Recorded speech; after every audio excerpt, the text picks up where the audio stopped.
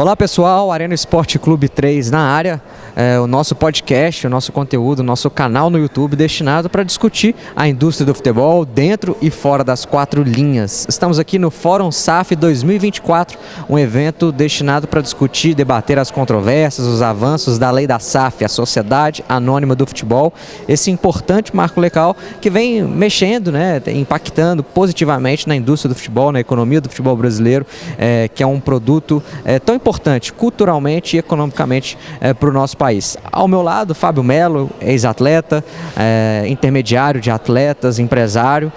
Fábio, muito obrigado pela participação aqui no nosso canal e qual a sua expectativa, o que você tem achado desse evento, a importância de se discutir sobre a SAF, sobre a legislação que, já diria o poeta Carlos Drummond de Andrade, os livros não nascem das leis, mais do que um formato jurídico com um clube, é importante uma cultura organizacional, mas de todo modo é importante esse tipo de iniciativa. Bom, obrigado pela oportunidade, pelo espaço. Eu tenho participado frequentemente desse tipo de evento. Teve um em São Paulo. Em alguns momentos eu fico aqui na plateia ouvindo e entendendo a visão dos palestrantes. E em outros momentos, como foi o de hoje, a participação como palestrante e sendo uma oportunidade de fazer alguns contrapontos para essa transformação que a indústria do futebol está vivendo. Eu acredito muito no caminho das SAFs, acho que é uma oportunidade de realmente transformar o negócio de futebol em algo mais potente, com uma valorização maior, com um produto mais valorizado. Mas eu não acredito que só a SAF ou só a constituição das ligas ela seja suficiente para que haja uma transformação como um todo. Eu acho que tem que ter um olhar para a cadeia do futebol, desde a SAF, a gestão, a liga, os atletas, uma regulamentação importante para a classe dos agentes, e aí sim a gente começa a olhar o todo e eventos como esse servem para isso, que é você dar oportunidade para que todos apresentem as suas dores e as suas sugestões para o crescimento da indústria. Agora, Fábio, a gente tem visto a SAF como uma ferramenta de diversificação de investimentos de grandes empresários, que por vezes não são nem do setor do esportivo ou do futebol, mas que pela paixão, o futebol envolve paixão, ele compra um clube e também trata ali, como eu disse, uma diversificação do seu negócio, dos seus investimentos. Em 2015, foi proibido a prática do TPO, ou TPO, que é a cessão de direitos econômicos para terceiros. Esses empresários até então costumavam fazer parte de aquisição de direitos econômicos, foi até uma época que o Brasil conseguia, me corrija depois se eu estiver errado, segurar um pouco mais esses atletas aqui por causa desses investimentos. A partir dessa proibição ficou escasso esse tempo. Você enxerga na SAF um modelo para esses empresários que antes adquiriam jogadores dessa forma, agora comprarem clubes e terem esse mercado inteiro como um negócio, assim, ter uma fatia melhor para se organizar e para investir? É um modelo diferente, mas é uma alternativa. Eu acho que já tem grandes empresários que adquiriram clubes. É uma alternativa sim, real, já é realidade, só que o modelo de negócio ele é muito diferente. Você tem que ter todas as categorias, você tem que ter o feminino, o profissional, é uma conta que se você não tiver um potencial financeiro para poder realmente fazer esse investimento, eu talvez não acredite tanto no retorno.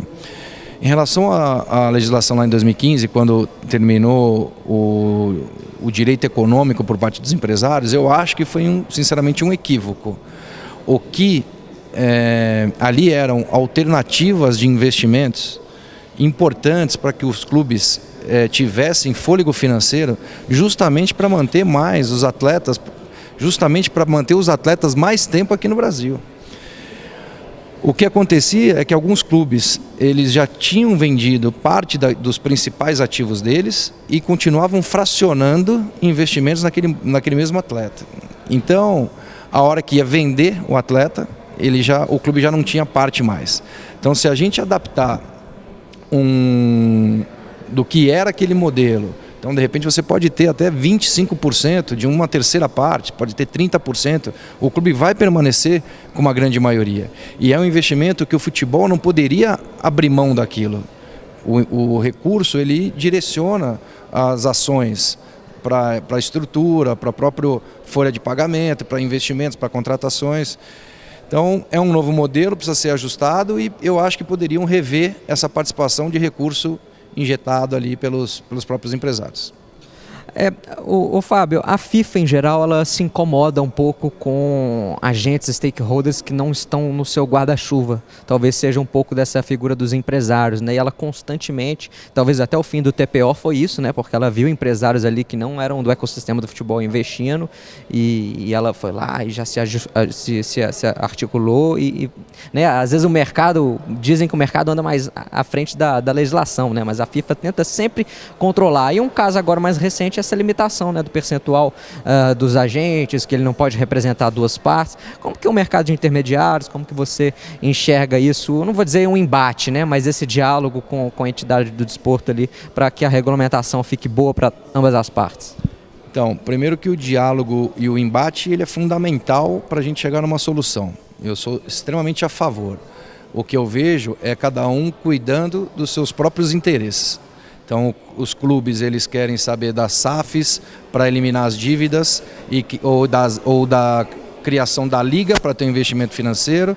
Os agentes querem a regulamentação e esquece, os jogadores querem. Então, é tudo benefício próprio e ninguém fala com a visão do todo.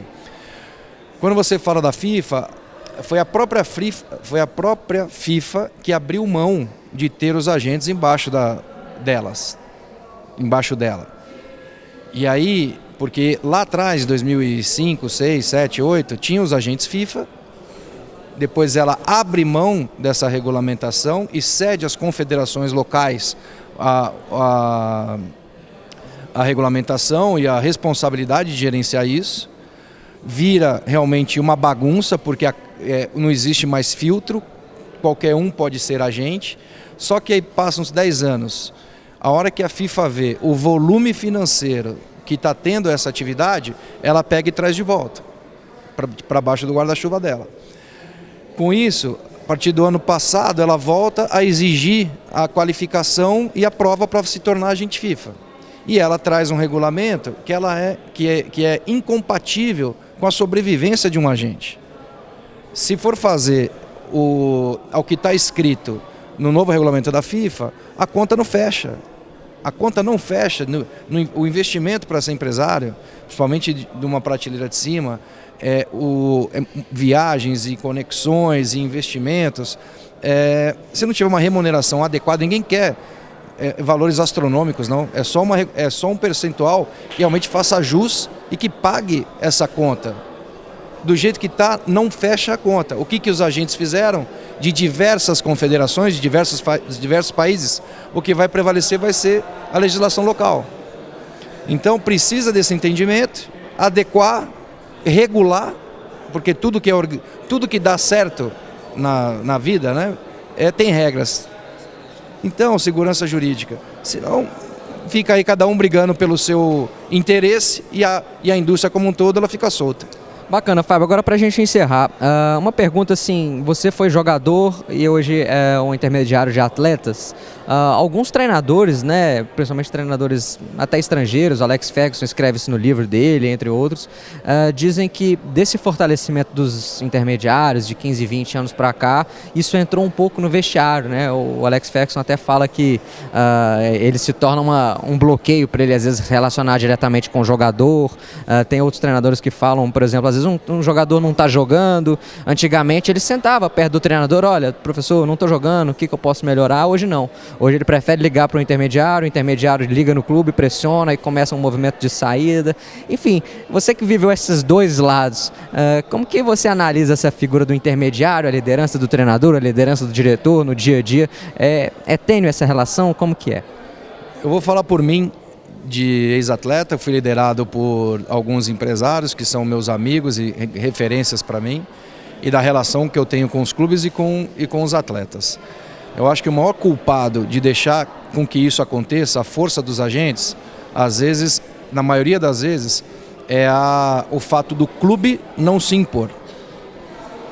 Eu acho que o clube é o dono da situação. O clube é o dono do jogador, o clube é o dono do ativo.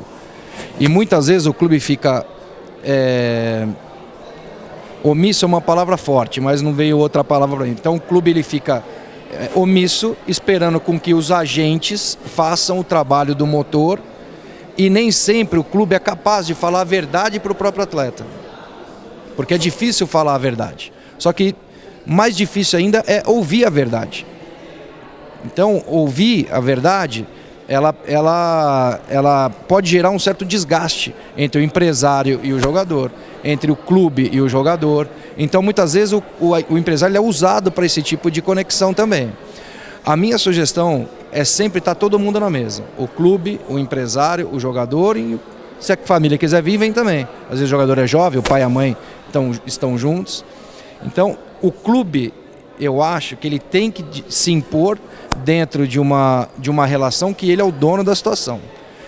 Principalmente nas categorias de base. Porque até os 16 anos o jogador não pode ter empresário. E não tendo empresário, mas os clubes, todos eles recebem empresários de atletas de categoria de base. Então, se tem a lei, a gente não respeita, a sequência disso ela já está solta. Então não tem a cadeia, as etapas regulamentadas, o processo ele já não tá servindo. Então a minha sugestão é todo mundo na mesa, verdade e construção em conjunto. Só mais uma aqui que me deu uma curiosidade de saber a sua opinião também. A gente vê, por vezes, talvez o atleta brasileiro mais do que o atleta europeu, não vou dizer, não sei se terceirizando, mas sua vida é quase que por completo no futebol ao intermediário. É uma dependência muito forte, né? Ele não lê o contrato, não lê a proposta. Às vezes até o intermediário não leva uma proposta para o atleta por não interesse no comissionamento, enfim. Como que você direcionaria isso para um jogador, assim, de terceirizar tantas coisas, parte financeira, uma dependência muito grande do empresário? Talvez por um lado pode ser bom para ele focar realmente no futebol, mas por outro talvez seja importante ele também estar ciente ali das coisas do dia a dia dele. Eu tenho falado muito nas minhas palestras, aulas e também coloco isso no meu livro, que o jogador ele precisa ser o dono da situação, do plano de carreira dele. Tem o dono do negócio, que é o clube, e o jogador ele precisa ter conhecimento do que realmente ele representa. Em relação aos empresários, existem diversos perfis de empresários. Eu vou falar por mim. Então, na minha empresa, quem comanda o destino, eu trago as oportunidades, mas a decisão final é sempre dele. Nós somos coadjuvantes ao sucesso dos nossos atletas, às decisões dos nossos atletas. O protagonista lá é o atleta. E quanto mais independente ele for, melhor para ele. E, consequentemente, melhor para nós. Tudo que é melhor para ele é melhor para nós. Existem modelos que os agentes colocam os atletas embaixo do guarda-chuva como um todo. Que é para você, se o cara quiser sair dali, ele está todo enrolado, ele não consegue sair. Eu não gosto desse tipo de relação. Não sei se é porque eu fui atleta ou se é porque é assim o que eu acredito na vida. Se a pessoa não está satisfeita com o meu trabalho, esgotou o tempo de contrato, ela pode sair, ou se ela quiser, ou se o jogador quiser sair durante a vigência do contrato, vamos fazer um acordo, sentamos e vamos em frente. Então, é muito do estilo, e daí está a responsabilidade do atleta e da família em encontrar um agente que seja semelhante ao que ele acredita, aos seus princípios, valores, para que fique realmente de uma forma alinhada desde o início. Que é um outro papel que a FIFA deveria rever, que ao invés de aumentar o vínculo no contrato de representação, ela reduz para 2 anos o contrato entre atleta e agente. Esse movimento, a FIFA estimula a negociação, e não o plano de carreira, e não o vínculo, e não a fidelidade. Porque se eu não fizer uma negociação com o atleta, não entregar um bom trabalho, ele naturalmente vai mudar de empresário. E se, mesmo eu entregando tudo para ele, é um direito dele seguir para outro empresário ou se ele quiser ficar sozinho. Então precisa ter um ajuste de interesses e sem defender qualquer tipo de classe, e desde a Constituição para uma injeção financeira lá de cima, a essa etapa final, que é do motor com o atleta, com o clube e com o agente. Porque às vezes você faz toda a operação, passa-se um tempo, você não está mais nessa operação. E é legal. Então você precisa um olhar do todo da indústria para poder recomeçar. Minha visão é essa. Muito legal. Obrigado, Fábio. É isso. Vamos aqui no evento Fórum SAF 2024, transformando o futebol pela educação e transformando a educação pelo futebol.